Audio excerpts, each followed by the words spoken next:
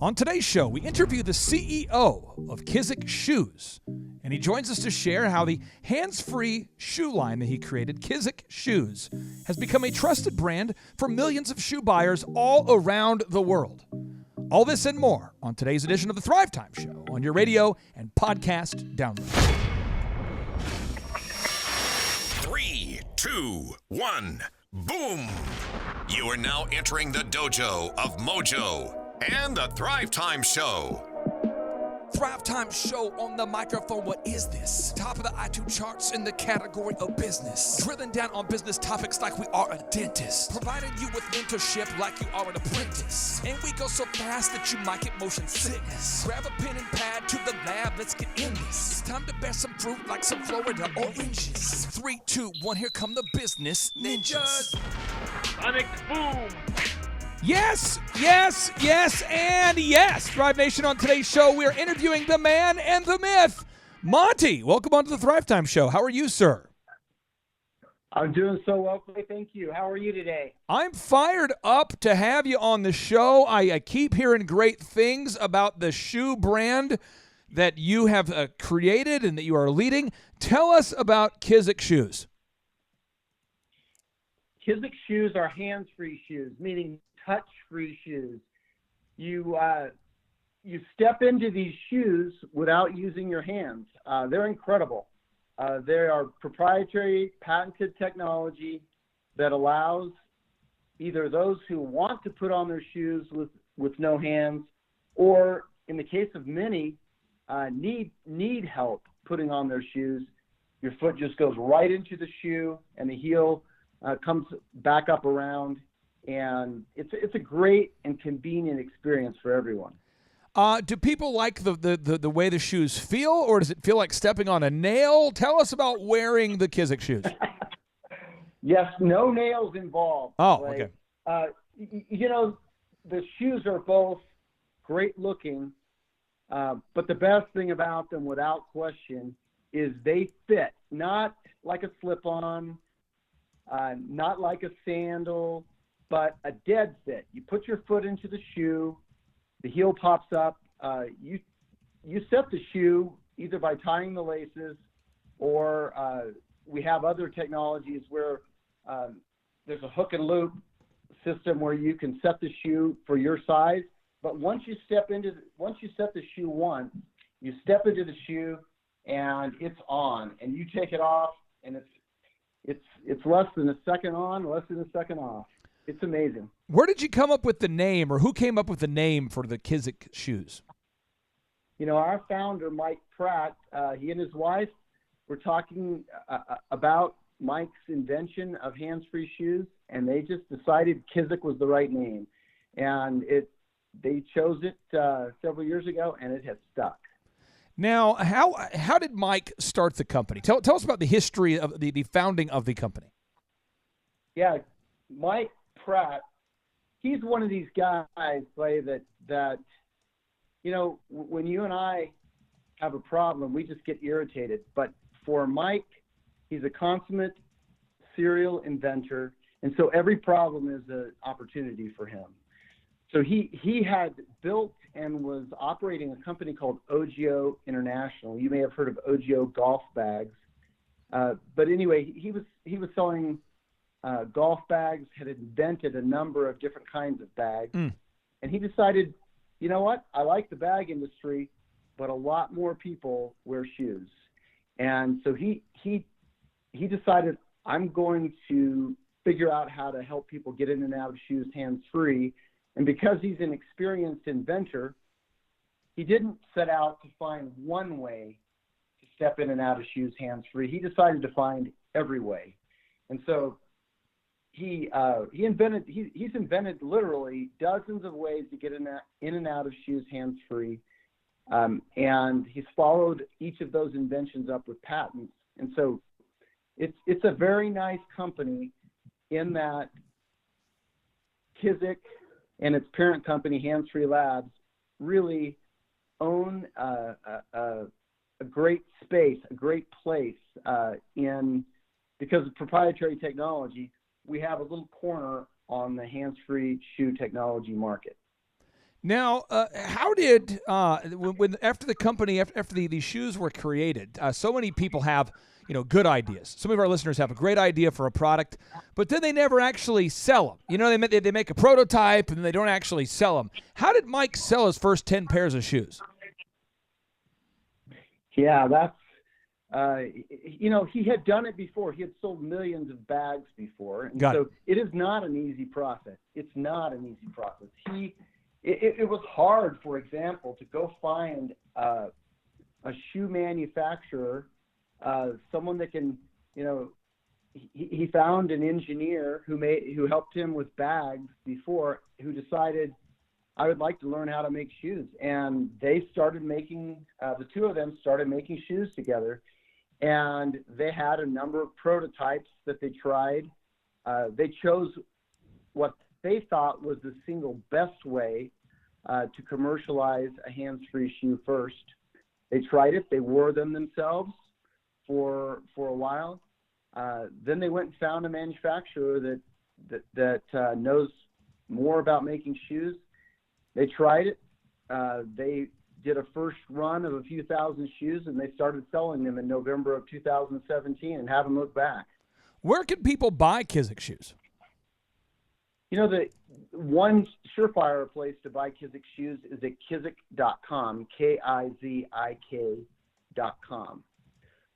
There are, on the website, kizik.com, there's also a map function. I think it's called locations on the top bar, where those who want to try the shoes on can go to our locations bar and see across the country. We're in a couple of hundred shoe stores. Today, I hope there are some of those shoe stores open. Actually, I know they are, but they've been closed, of course, for a couple of months. They're starting to open one by one. And within a few weeks, I think most all of them will be open. So that's where they can find them, on the locations bar on our kizik.com site. Where did you enter into the picture? Like, how did they find you? I mean, were you out working at a club as a rapper at a dive bar?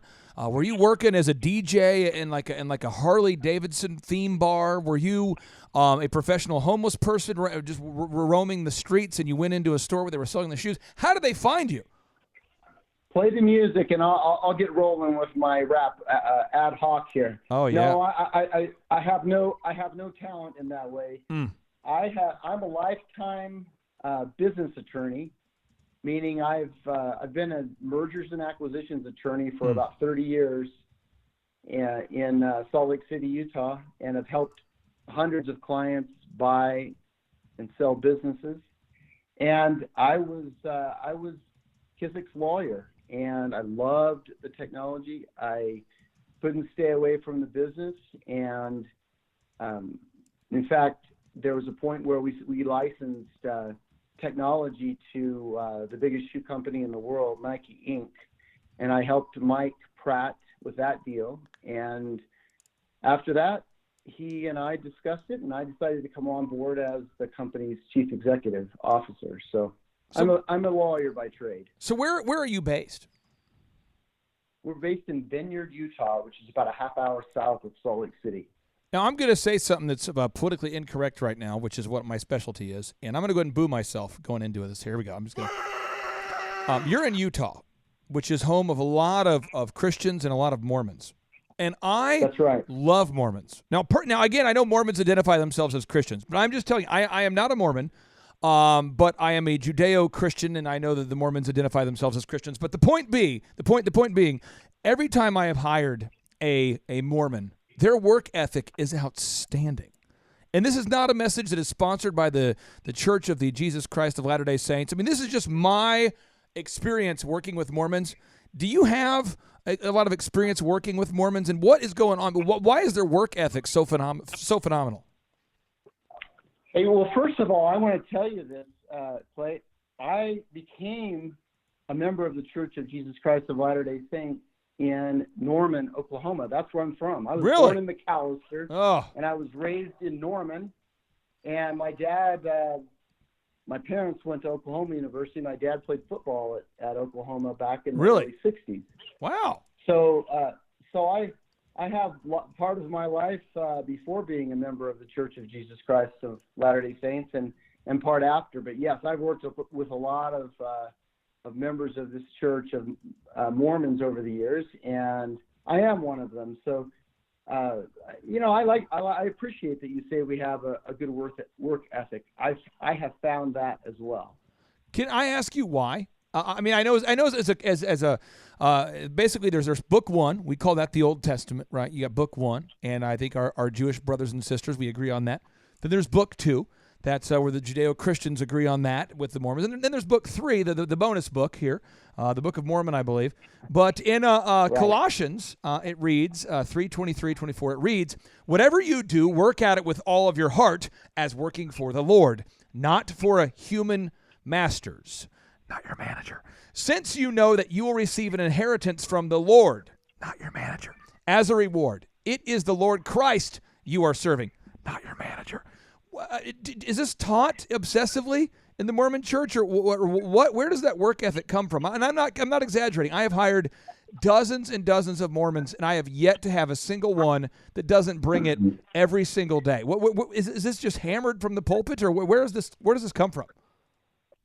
No, it's a good question.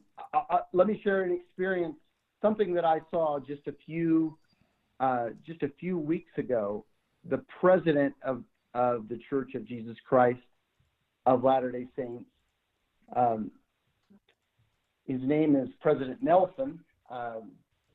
He was meeting. He's 95 years old, and he runs he is the senior apostle that runs the church. And he's still going at 95 years old. Not only going, he's amazing. And so he was sitting down with a group of children, 7, 8, 9 years old, letting them ask questions. And one of them asked the question, "Is your job hard?" And he said, Actually, it's very hard. I go hard all day long, every day." And then he made this statement. He said, "The Lord loves effort." And then he said something like this: "Through effort, we get to experience as much of this life as possible, and it helps us improve and become better, which is our purpose here on this earth." I thought that was a pretty good answer. I also think, as you know, a lot of young 18, 19, 20-year-olds go and serve for 18 months to 2 years as missionaries. Yeah. I think that is a real functional part of why you see members of the Church of Jesus Christ of Latter-day Saints who from a very young age know how to work, because they volunteer with their time, their money to go and put it out there for 18 months or 2 years on their own dime, working their tails off for the Lord. You guys work so hard, and I know that the brand Kizik, the shoes are incredible. They look great. I'm on the website right now. You have shoes that are very formal. You could wear. You got some formal shoes. You almost have like a tennis shoe look there as well. Can you talk about how many pairs of shoes you're selling per year? Can you talk about that at all, or just kind of tell me about the sales or what you're allowed to, because you guys are really gaining traction, and I think it would be encouraging. But again, I'm not asking you for numbers you're not allowed to share, but could you share with us about gaining traction at this point? Sure. Let me talk about traction without talking about specific numbers. Sure. But keep in mind, we sold our first shoes in November of 2017. Yeah. And so during all of 2018, we only sold a few thousand shoes. Of course, we're right out of the gate. People don't know who we are. Yeah. But we've more than quadrupled our sales during 2018, and we're selling. We're increasing. We'll probably triple our sales again. Wow. In 2020.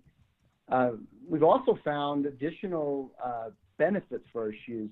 Getting the word out there to those who need our shoes is important. I don't know if Matthew told you, but we gave away 1,000 pair this last month to healthcare workers. Now, real quick, because before you talk about that, I want to tee this up because I'm so sorry to cut you off. I just want to make sure the listeners know this. Yeah.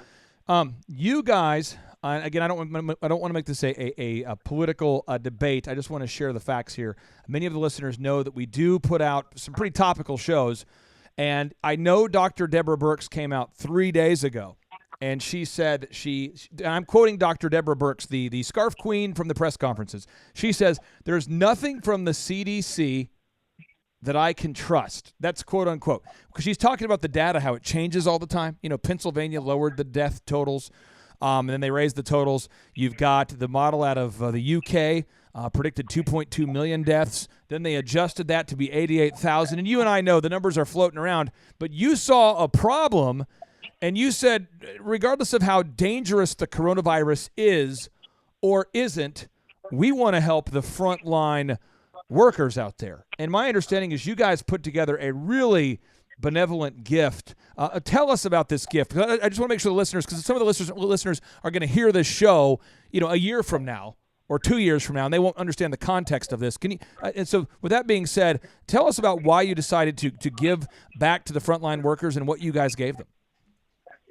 Well, first of all, maybe we back up and talk about why we made the shoes in the first place. Yeah. We made them so that they would be convenient for everyone. Whether you're 10 years old or 90 years old, if you walk into your closet and you can put your shoes on in, your favorite pair of shoes on in 1 second, you're going to choose that pair of shoes over something you have to sit down and reach down and tie for a minute or two.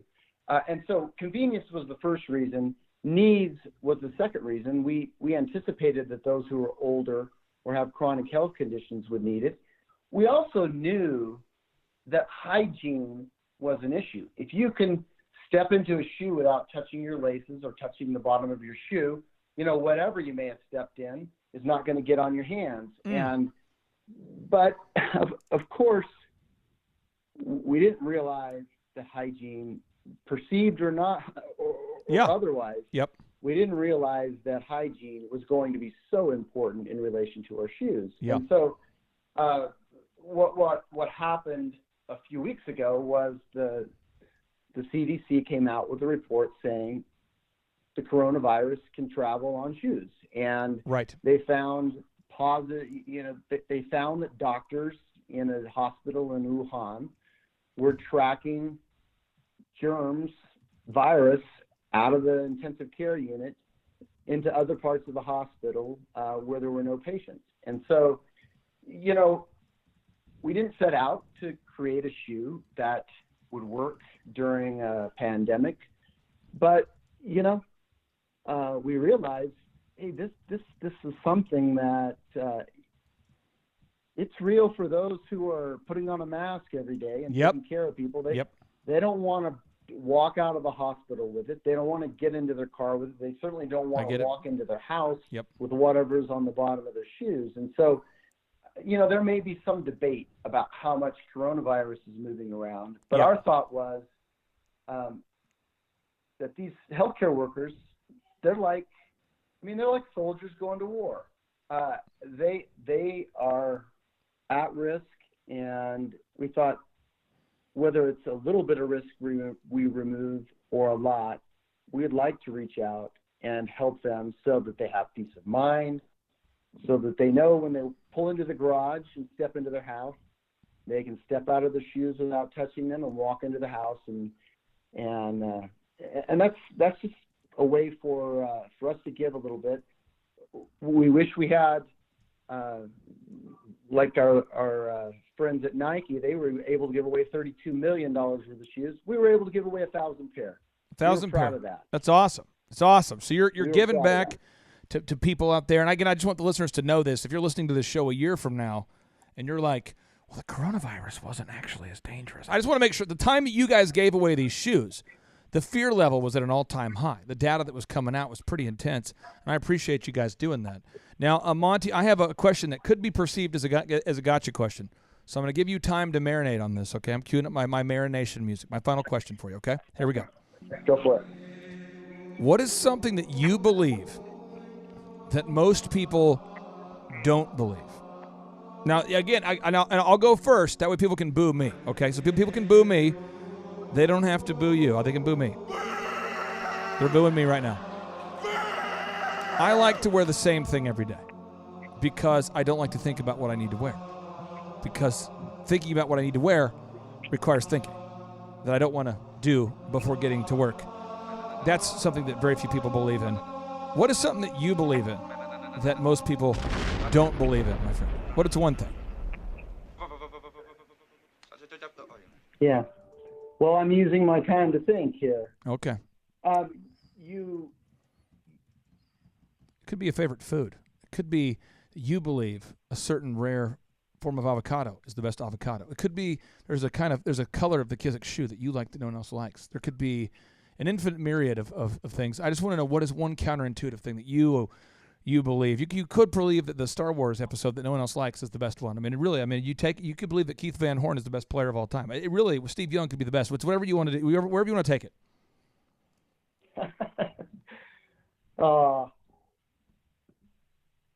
I believe that good things happen to good people. That's probably not counterintuitive, is it? Well, I think a lot of people think you have to screw people over to get to the top. So that might be counterintuitive. Yeah. Yeah. I think that if you set out in life, yep, to do good things. I mean, here's the example that I just gave. We had a couple ideas for why a shoe could help people, and we might have had two ideas in mind, and yep, we get out here and we find out that a new invention, no one's ever worn it before. Now there's a third alternative, and I believe there's going to be a fourth or fifth way that something we tried to do benefits others. Let's see, Clay. That's not too counterintuitive, but I guess I just think positively. Not everyone does. I'm going to give you a mega point for that answer. That was a good answer. My answer was a bad answer. My answer deserves a boo. It deserves a wrong answer button. My answer deserves all those things. But I appreciate you, Monte, for being on the show. Matthew's told me so many good things about you, our mutual friend there, and I'm glad that all those things have been proven true. And I'm excited to buy myself a pair of Kizik shoes because now that I'm in the know, I only have one way to go. I got to go to kizik.com. That's Kizik, Kizik. Kizik Shoes. These guys make incredible shoes. Every day I see Matthew at work wearing these shoes. They got formal shoes. You got informal shoes. You got the casual shoes. You got a variety of them. Go to kizik.com, Kizik.com. And how much do these shoes cost? Are you giving them away for free? Are all the shoes free? Are they free for all Americans? Are they $50, $200? I guess my final bonus question is how much do these shoes cost? Yeah, keep in mind that some of them are knit and they're a little bit less expensive. Some of them are full grain leather. So the price of our shoes ranges from $99 to about $160. And as you can see, the fully leather shoes, yeah, they're more expensive for us to make, so we need to charge more. They're gorgeous shoes, man. Gorgeous shoes. I appreciate you so much for being on the show, and I hope you have a great rest of your day. What a great thing to do in the afternoon. I appreciate it. Take care. And now, without any further ado, 3, 2, 1, boom!